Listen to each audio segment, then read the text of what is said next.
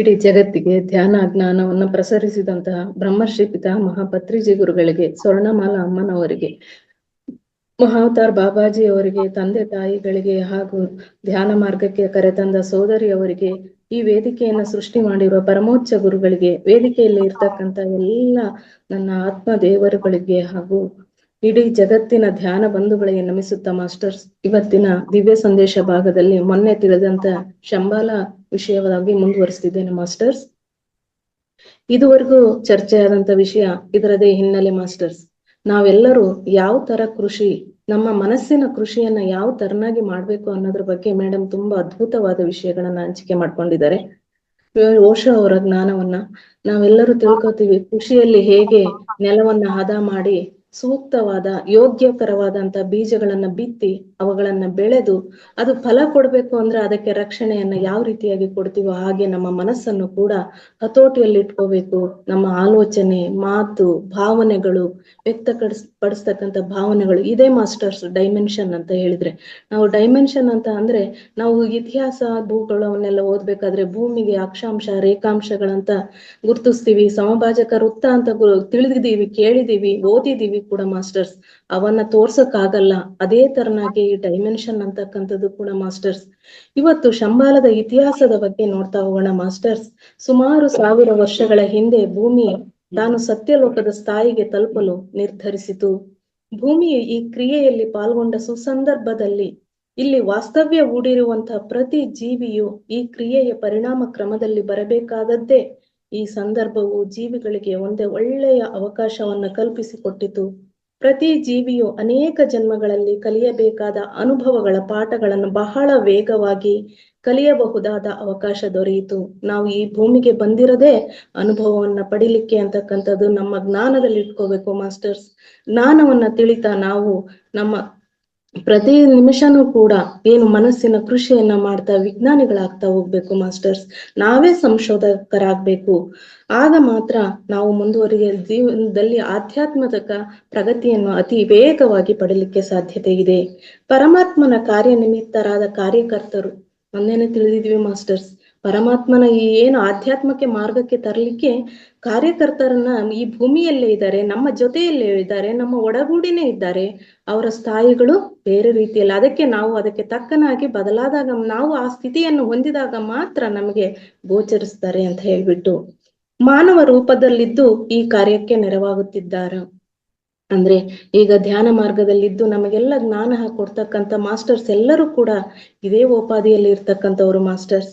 ಎಲ್ಲರಿಗೂ ತಮ್ಮನ್ನು ತಾವು ಅರಿತು ದೈವತ್ವದೆಡೆಗೆ ಪ್ರಯಾಣಿಸಲು ಮಾರ್ಗದರ್ಶನ ನೀಡುತ್ತಿದ್ದರು. ನಮ್ಮದೆಲ್ಲ ಮಾರ್ಗ ಈ ಧ್ಯಾನ ಮಾರ್ಗ ಅದೇ ಅಲ್ವಾ ಮಾಸ್ಟರ್ಸ್. ನಮ್ಮನ್ನೆಲ್ಲರೂ ಮಾನವತ್ವದಿಂದ ದೈವತ್ವದ ಎಡೆಗೆ ಕರೆದೊಯ್ತಕ್ಕಂಥ ಮಾರ್ಗ, ನಮ್ಮ ಪಯಣ ಇದರಲ್ಲಿದೆ. ಅದಕ್ಕೋಸ್ಕರ ಮಾಸ್ಟರ್ಸ್ ಎಲ್ಲರೂ ಮಾರ್ಗದರ್ಶನ ನೀಡ್ತಾ ಇದ್ದಾರೆ. ಈ ಕಾರ್ಯಕರ್ತರು ತಮ್ಮ ಸಾಧನೆಯ ಸರ್ವರ ಉನ್ನತಿಗೆ ಸಹಕರಿಸಲೆಂದು ಅನೇಕ ವೇದಗಳನ್ನು, ಉಪನಿಷತ್ತುಗಳನ್ನು, ಅನೇಕ ಗ್ರಂಥಗಳನ್ನು ರಚಿಸಿದರು. ಗುರುಗಳು ಇದರ ಬಗ್ಗೆ ಸಾಕಷ್ಟು ಮಾಹಿತಿಯನ್ನ ಈ ವೇದಿಕೆಯಲ್ಲಿ ಹಂಚಿಕೆ ಮಾಡ್ಕೊಂಡಿದ್ದಾರೆ. ನಮ್ಮನ್ನ ಆಧ್ಯಾತ್ಮದ ಮಾರ್ಗದೆಡೆಗೆ ನಾವು ಹೇಗೆ ಹೋಗ್ಬೇಕು ಅನ್ನೋದನ್ನ ವೇದ ಉಪನಿಷತ್ತುಗಳಲ್ಲಿ ಅನೇಕ ಗ್ರಂಥಗಳಲ್ಲಿ ರಚನೆ ಮಾಡಿ ಇಟ್ಟಿದ್ರು.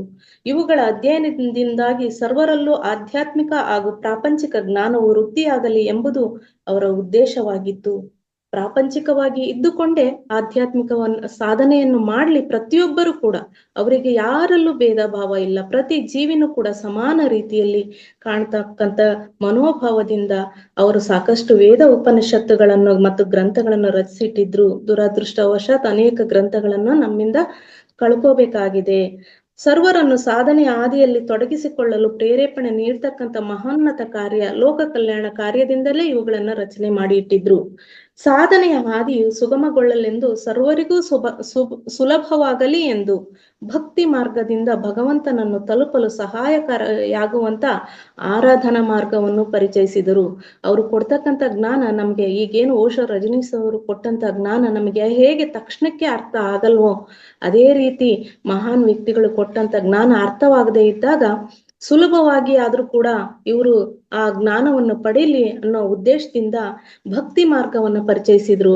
ಭಗವಂತನನ್ನ ತಲುಪಲಿಕ್ಕೆ ಸಹಕಾರಿ ಆಗ್ಲಿ ಅಂತ ಹೇಳ್ಬಿಟ್ಟು ಭಗವಂತನ ಆರಾಧನೆಯನ್ನು ಏಕಾಗ್ರತೆಯಿಂದ ಮಾಡಿದಾಗ ಆ ಆ ಸ್ಥಿತಿಯನ್ನು ತಲುಪ್ತಾರೆ ಅನ್ನೋ ಉದ್ದೇಶದಿಂದ ಭಕ್ತಿ ಮಾರ್ಗವನ್ನು ಪರಿಚಯಿಸಿದ್ರು. ಸಮಯ, ಪರಿಸ್ಥಿತಿ, ಪರಿಸರಗಳಿಗೆ ಅನುಗುಣವಾಗಿ ಅನೇಕ ಕಾರ್ಯಕರ್ತರು ಅನೇಕ ರೀತಿಯ ಕ್ರಮಗಳನ್ನು ತಿಳಿಯಪಡಿಸಿದರು.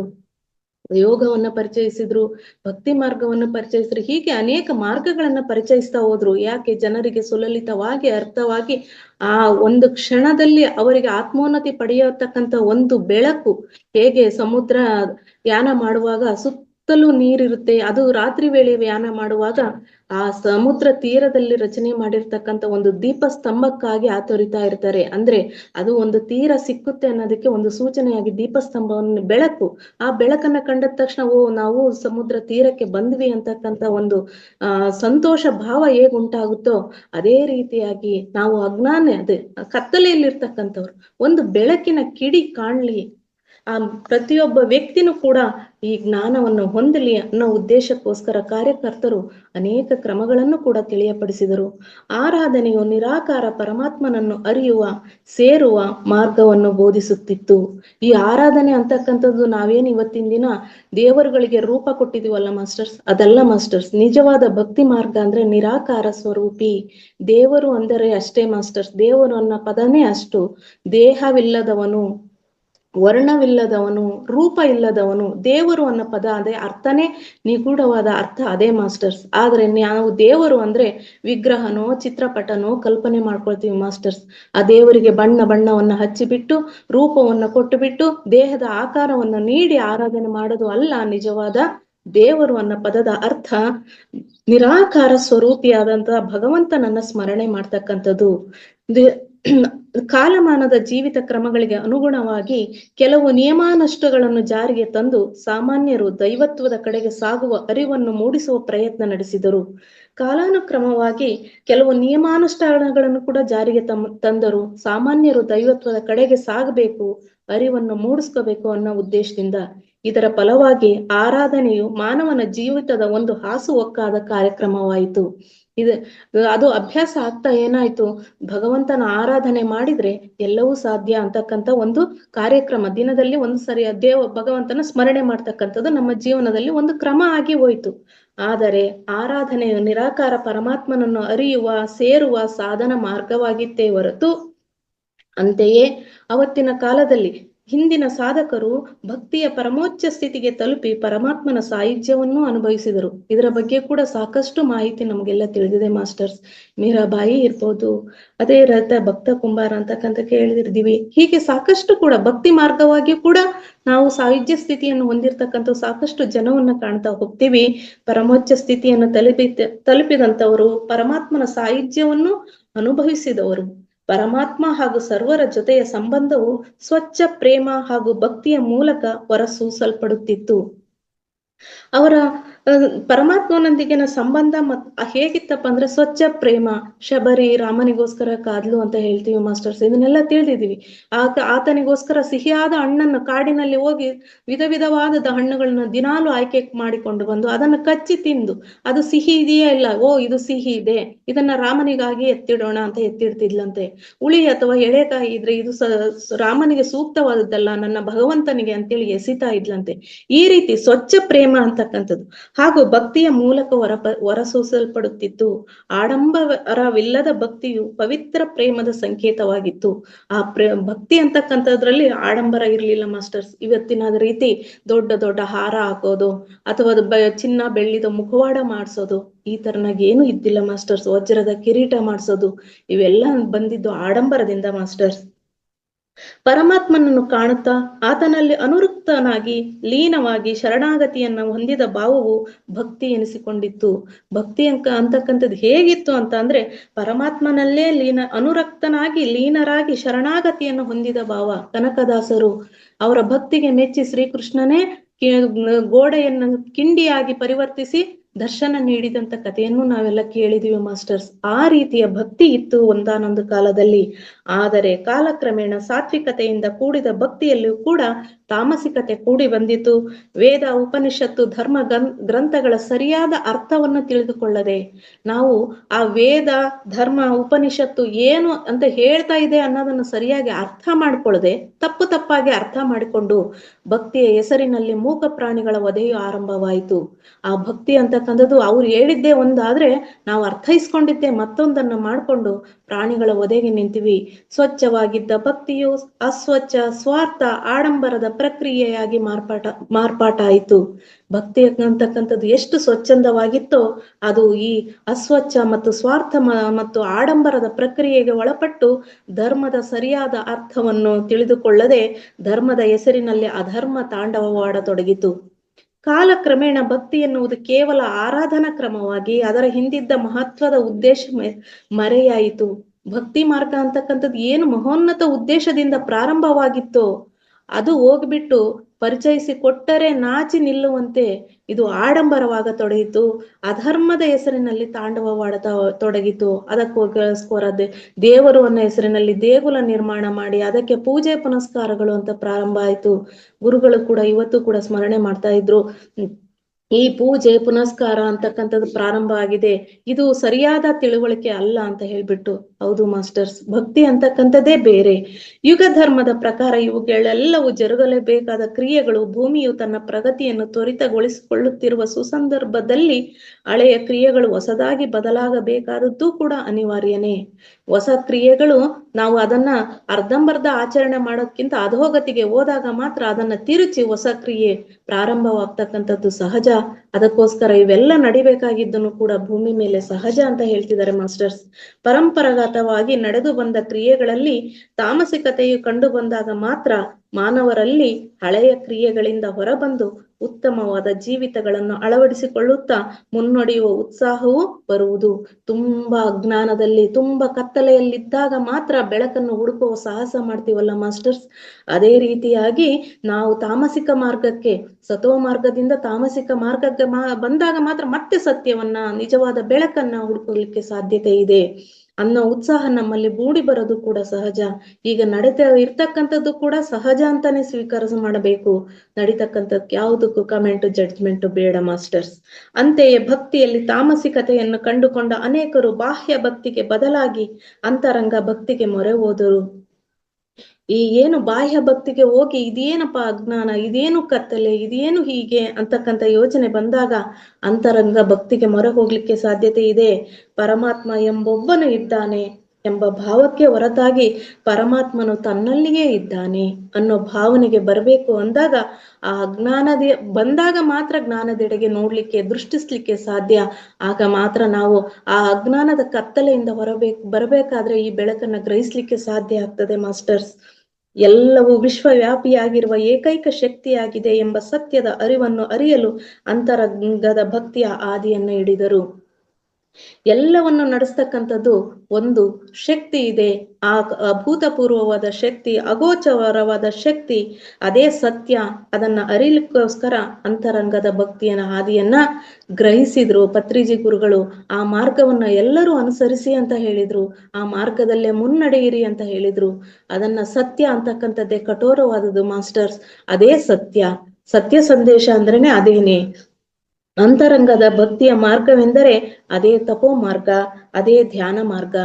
ಅಂತರಂಗದ ಭಕ್ತಿ ಅಂತಕ್ಕಂದ್ರೆ ಯಾವುದು ಅಂತ ಅಂದ್ರೆ ಅದೇ ತಪೋ ಮಾರ್ಗ. ಈಗೇನು ನಾವು ಕಣ್ಮುಚ್ಚಿ ಕೈ ಕಾಲುಗಳನ್ನ ಕಟ್ಟಿ ಹಾಕಿ ಬರ್ತಿದ್ವಲ್ಲ ಮಾಸ್ಟರ್ಸ್, ಓಶೋರವರು ಹೇಳಿದ್ರು, ಏನು ಕೆಲ್ಸ ಇಲ್ವಾ, ಕೈಯನ್ನು ಕಟ್ಟು, ಕಾಲನ್ನು ಕಟ್ಟು, ಮನಸ್ಸನ್ನು ಶೂನ್ಯ ಮಾಡ್ಕೋ. ಅದೇ ತಪೋ ಮಾರ್ಗ, ಅದೇ ಧ್ಯಾನ ಮಾರ್ಗ. ಧ್ಯಾನದಲ್ಲಿ ನಮ್ಮ ಪ್ರಯತ್ನ ಅದೇ ಅಲ್ವಾ ಮಾಸ್ಟರ್ಸ್, ಮನಸ್ಸನ್ನ ಶೂನ್ಯ ಮಾಡ್ಕೊಳ್ತಕ್ಕಂಥದ್ದು, ಸ್ತಬ್ಧ ಮಾಡ್ತಕ್ಕಂಥದ್ದು, ಅದೇ ಧ್ಯಾನ ಮಾರ್ಗ ಅಂತಕ್ಕಂಥದ್ದು. ಈ ಮಾರ್ಗವೇ ಭೂಲೋಕವೇ ತಪೋಲೋಕದ ಸ್ಥಾಯಿಗೆ ಏರುವ, ಈ ಭೂಮಿ ಅಂತಕ್ಕಂಥದ್ದು ತಪೋಲೋಕಕ್ಕೆ ಸೇರ್ಬೇಕು ಅಂತ ಅಂದ್ರೆ ಇದೇ ಮಾರ್ಗವಾಗಿದೆ. ಇಂದು ನೀವೆಲ್ಲರೂ ಈ ಮಾರ್ಗದಲ್ಲಿ ಪರಮೋಚ್ಚ ಸ್ಥಿತಿಯಲ್ಲಿ ಧ್ಯಾನ ಸಾಧನೆಯಿಂದ ನೀವು ಕೇವಲ ಶರೀರವಲ್ಲ, ಅದಕ್ಕೂ ಮಿಗಿಲಾದ ಚೈತನ್ಯ ಶಕ್ತಿ, ಚೈತನ್ಯ ಪದಾರ್ಥ, ಆತ್ಮವಾಗಿದ್ದೇವೆ ಎಂಬುದನ್ನು ಅನುಭವ ಪೂರ್ವಕವಾಗಿ ಅರ್ಥೈಸಿಕೊಳ್ಳಬಲ್ಲವರಾಗಿರುತ್ತೀರಿ. ಅದಕ್ಕೋಸ್ಕರ ಸಾಕಷ್ಟು ಜ್ಞಾನ ಹಂಚುವಾಗ ಹೇಳ್ತಾರೆ ಮಾಸ್ಟರ್ಸ್, ಬರೀ ದೇಹಕ್ಕೆ ಸಂಬಂಧಿತ ರೋಗಗಳ ಬಗ್ಗೆ ಮಾತಾಡೋದಾಗ್ಲಿ, ಅದರ ಬಗ್ಗೆ ಚರ್ಚೆ ಮಾಡೋದಾಗ್ಲಿ ಸಾಧ್ಯವಾದಷ್ಟು ಕಡಿಮೆ ಮಾಡ್ಕೋಬೇಕು. ನಾವು ಬರೀ ದೇಹವಲ್ಲ, ಈ ದೇಹ ಅಂತಕ್ಕಂಥದ್ದು ಹೇಗೆ ಅಂದ್ರೆ ನಮಗೆ ಒಂದು ಲೈಫ್ ಬೋಟ್ ಇದ್ದಾಗೆ. ನಾವು ಆತ್ಮವನ್ನ ಕಂಡ್ಕೊಂಡು ಈ ಭವಸಾಗರವನ್ನ ದಾಟ್ಬೇಕು ಅಂತ ಹೇಳಿದ್ರೆ ನಮಗೆ ಈ ಶರೀರ ಅಂತಕ್ಕಂಥದ್ದು ಅಗತ್ಯ, ನಿಜ. ಆದರೆ ಅದನ್ನ ಬೋಟಿನ ರೀತಿಯಲ್ಲಿ ಹೇಗೆ ನಾವು ಅದನ್ನ ಪಯಣಿಸಲಿಕ್ಕೆ, ಆ ಮಾರ್ಗವನ್ನ, ಆಧ್ಯಾತ್ಮ ಮಾರ್ಗವನ್ನ ತಲುಪಲಿಕ್ಕೆ ನಾವು ಪಯಣಿಸಲಿಕ್ಕೆ ಬೇಕಾದ ಒಂದು ಸಾಧನವಾಗಿ ಬಳಕೆ ಮಾಡ್ಕೋಬೇಕು ಅಂತ ಹೇಳ್ತಾರೆ ಮಾಸ್ಟರ್ಸ್. ಇದು ನಾವು ಒಂದು ಅದ್ಭುತವಾದಂತ ಚೈತನ್ಯ ಶಕ್ತಿ, ಪ್ರತಿಯೊಬ್ರು ಕೂಡ ಮೂಲ ಉದ್ದೇಶ, ಒಂದು ಘನ ಕಾರ್ಯವನ್ನ ಇಟ್ಕೊಂಡೇ ಈ ಭೂಮಿಗೆ ಬಂದಿದ್ದೇವೆ. ಈ ಭೂಮಿಗೆ ಬಂದಿದ್ದೇವೆ ಅಂದ್ರೆ ನಾವು ಮೂಲತಃ ನಾವು ಧೈರ್ಯವಂತರಾಗೆ ಈ ಭೂಮಿಗೆ ಬಂದಿದ್ದೇವೆ. ಏನೋ ಒಂದು ಸಾಧಿಸಿ ತೋರಿಸ್ತೇವೆ, ನಮ್ಮದೇನೋ ಒಂದು ಕರ್ಮವನ್ನ ಕಳ್ಕೊಂಡು ಬರ್ತೇವೆ ಅಂತಕ್ಕಂಥ ಒಂದು ಸದುದ್ದೇಶದಿಂದ ಬಂದಿದ್ದೇವೆ. ನಾವು ಅದನ್ನು ಮರೆತು, ಆ ಧೈರ್ಯವನ್ನೇ ತೋರ್ಪಡಿಕೆಯಲ್ಲಿ ಮಾಡ್ತಾ ಇದ್ದೇವೆ ಮಾಸ್ಟರ್ಸ್. ಮೊದಲು ಧೈರ್ಯವನ್ನ ಯಾವುದೇ ಕ್ಷಣದಲ್ಲಿ ಕಳೆದುಕೊಳ್ಳದೆ ಅಧೈರ್ಯವನ್ನ ತೋರ್ಪಡಿಕೆ ಮಾಡಬಾರ್ದು ಮಾಸ್ಟರ್ಸ್. ನಾವು ಅಭೂತಪೂರ್ವವಾದ ಶಕ್ತಿ ಪದಾರ್ಥ ನಾನು ಅನ್ನೋದನ್ನ ಪ್ರತಿ ಕ್ಷಣನೂ ನಾವು ಅನುಭವ ಪೂರ್ವಕವಾಗಿ ತಿಳ್ಕೋಬೇಕು ಅಂತ ಹೇಳ್ತಿದ್ದಾರೆ ಮಾಸ್ಟರ್ಸ್. ನಾನು ಆತ್ಮ ಪದಾರ್ಥ, ನಾನು ಅಭೂತಪೂರ್ವವಾದಂತ ಚೈತನ್ಯ ಶಕ್ತಿ ಪದಾರ್ಥ ಅನ್ನೋದನ್ನ ಅನುಭವ ಪೂರ್ವಕವಾಗಿ ತಿಳ್ಕೋಬೇಕು. ಯಾರು ಹೇಳಿದ್ರಂತ ತಿಳ್ಕೊಳ್ಳೋದಲ್ಲ. ಹೌದು, ನನ್ನಲ್ಲಿ ಅಭೂತಪೂರ್ವವಾದ ಶಕ್ತಿ ಇದೆ, ನಾನೊಂದು ಅಭೂತಪೂರ್ವವಾದ ಚೈತನ್ಯ ಇದೆ, ನಾನೊಂದು ಆತ್ಮ ಪದಾರ್ಥ ಅಂತಕ್ಕಂಥದ್ದು. ಇದರಿಂದ ನೀವು ಅರಿಷಡ್ ವರ್ಗಗಳಿಂದ ವಿಮುಕ್ತಿ ಹೊಂದುವಿರಿ.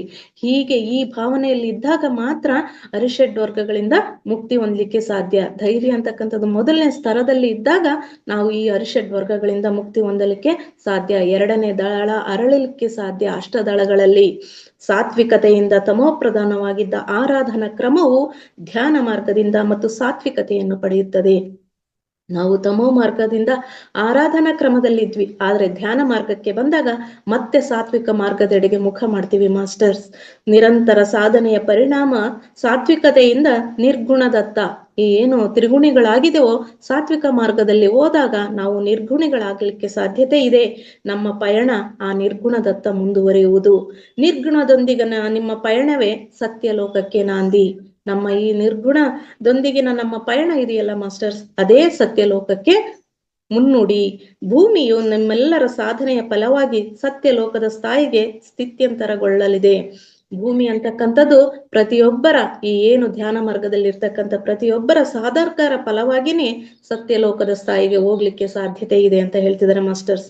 ಇಂತಹ ಸಂದರ್ಭದಲ್ಲಿ ಭೂಮಿಯ ಮೇಲೆ 5 ಆಯಾಮಗಳ ಜಗತ್ತು ಪ್ರಚಲಿತದಲ್ಲಿದೆ. ಮೊನ್ನೆ 3rd ಡೈಮೆನ್ಷನ್ ಇಂದ 5th ಡೈಮೆನ್ಷನ್ ಬಂದಿದೆ ಅಂತ ಹೇಳಿದ್ವಲ್ಲ ಮಾಸ್ಟರ್ಸ್. ಬೆಳಕು, ಶಬ್ದ, ಸ್ಪರ್ಶ ಅಂತಕ್ಕಂಥದ್ದು 3rd ಡೈಮೆನ್ಷನ್ ಅಲ್ಲಿ ಇರ್ತಕ್ಕಂಥದ್ದಾದ್ರೆ 5ನೇ ಆಯಾಮದಲ್ಲಿ ಬೆಳಕು, ಶಬ್ದ, ಸ್ಪರ್ಶದೊಂದಿಗೆ ಜ್ಞಾನ ಮತ್ತು ಆನಂದ. ನಮಗೆ ನಿಜವಾದ ಜ್ಞಾನ, ಸತ್ಯ ಜ್ಞಾನ ಯಾವಾಗ ಬರುತ್ತೋ ಆಗ ಮಾತ್ರ ನಮ್ಮಲ್ಲಿ ಆನಂದ ಅಂತಕ್ಕಂಥದ್ದು ಪ್ರತಿ ಕ್ಷಣದಲ್ಲೂ, ಪ್ರತಿಯೊಂದು ಘಟನೆಯಲ್ಲೂ, ಪ್ರತಿಯೊಂದು ಸಮಯ ಸಂದರ್ಭದಲ್ಲೂ ಆನಂದವನ್ನ ಅನುಭವಿಸ್ತೀವಿ. ಇದರಂತೆಯೇ ತದನಂತರದ ದಿನಗಳಲ್ಲಿ ಇನ್ನೂ 3 ಆಯಾಮಗಳು ಸೇರಿ ಸಜೀವತದ ಸಾಧನೆಯ ಪರಿಣಾಮವಾಗಿ ಭೂಮಿಯು 8 ಆಯಾಮಗಳ ಲೋಕವಾಗಿ ಪರಿವರ್ತನೆಗೊಳ್ಳಲಿದೆ. ಆಗ ಭೂಮಿಯು ಸ್ವತಃ ಸ್ವರ್ಗವಾಗಿ ಸತ್ಯಲೋಕವಾಗಿ ಕಂಗೊಳಿಸಲಿದೆ. ಈಗೇನು ಸತ್ಯಲೋಕ ಬರ್ತದೆ ಅಂತ ಹೇಳ್ತಾರಲ್ಲ ಮಾಸ್ಟರ್ಸ್, ಅದಕ್ಕೋಸ್ಕರ ಈ ಶಂಬಾಲದ ತಪಸ್ವಿಗಳು, ಯೋಗಿಗಳು ಅವರೆಲ್ಲರೂ ನಮ್ಮೊಂದಿಗೆ ಇದ್ದಾರೆ. ಅವರೆಲ್ಲರೂ ಕೂಡ ನಿಮ್ಮಲ್ಲೊಂದಿಗೆ ಇದ್ದಾರೆ. ಅವರು ಸತ್ಯಲೋಕವನ್ನು ಪರಿವರ್ತನೆ ಮಾಡಲಿಕ್ಕೆ ಸತತ ಪ್ರಯತ್ನದಲ್ಲಿದ್ದಾರೆ. ಆಗ ಭೂಮಿ ಅಂತಕ್ಕಂಥದ್ದು ಸತ್ಯಲೋಕ ಆಗ್ತಿದೆ ಅಂತ ಹೇಳೋದ್ರ ಮುಖಾಂತರ ಮಾಸ್ಟರ್ಸ್ ಇವತ್ತಿನ ದಿವ್ಯ ಸಂದೇಶ ಭಾಗದಲ್ಲಿ ಇಷ್ಟು ವಿಷಯವನ್ನ ಜ್ಞಾನವನ್ನು ಹಂಚಿಕೊಳ್ಳಲಿಕ್ಕೆ ವೇದಿಕೆಯನ್ನು ನೀಡಿದಂತ ಗುರುಗಳಿಗೆ ಹಾಗೂ ಆಲಿಸಿದಂತ ಎಲ್ಲ ನನ್ನ ಆತ್ಮ ದೇವರುಗಳಿಗೆ ನಮಿಸುತ್ತಾ, ಜ್ಞಾನವನ್ನು ನೀಡಿದಂತ ಎಲ್ಲ ದೇವರುಗಳಿಗೆ ನಮಿಸುತ್ತಾ thank you masters. Thank you so much ಗುರುಗಳೇ.